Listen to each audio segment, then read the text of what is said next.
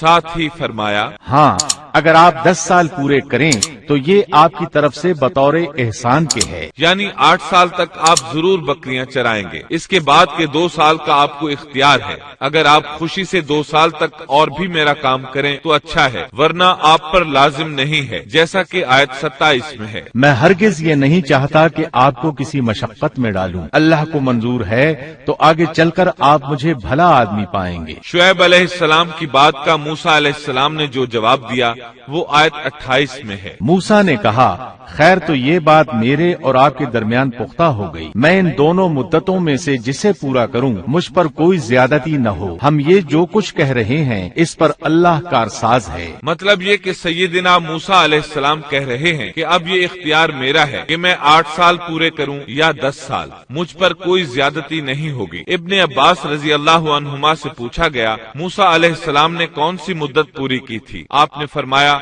उन्होंने 10 साल पूरे किए थे। मूसा अलैहिस्सलाम ने उधर 10 साल पूरे किए, यानी अपना अहद पूरा किया। अब उन्हें ख्याल आया कि काफी वक्त गुजर चुका है और हालात भी बदल चुके हैं, लिहाजा अब मैं वापस मिस्र जा सकता हूँ। अपनी वालिदा, अपने भाई और बहन से मिलना चाहिए। जब मूसा ने मुद्दत पूरी कर ली और अपने घर वालों को लेकर चले, मतलब ये कि 10 साल पूरे कर लिए, अब अपनी बीवी को लेकर मिस्र की तरफ रवाना हुए। लेकिन आप मिस्र का रास्ता तो जानते ही न थे, किसी से पूछना चाहते थे। रात सर्द थी, सर्दी पूरे जोरों पर थी। इनके पास आग जलाने के लिए कुछ न था, इन्हें आग की तलाश थी। अल्लाह ताला सूरह ताहा आयत 9 ता 10 में फरमाते हैं, तुझे मूसा का किस्सा भी मालूम है जबकि उसने आग देखी। मूसा अलैहिस्सलाम को दूर, बहुत दूर पहाड़ की चोटी पर आग नजर आई और इन्हें आग की शदीद जरूरत थी ताकि आग ताप सकें और उसके जरिए रास्ता देख सकें। और रात इंतहाई सर्द और तारीक थी और ये सब तकदीर इलाही है। वही जात है जिसने रात को तारीक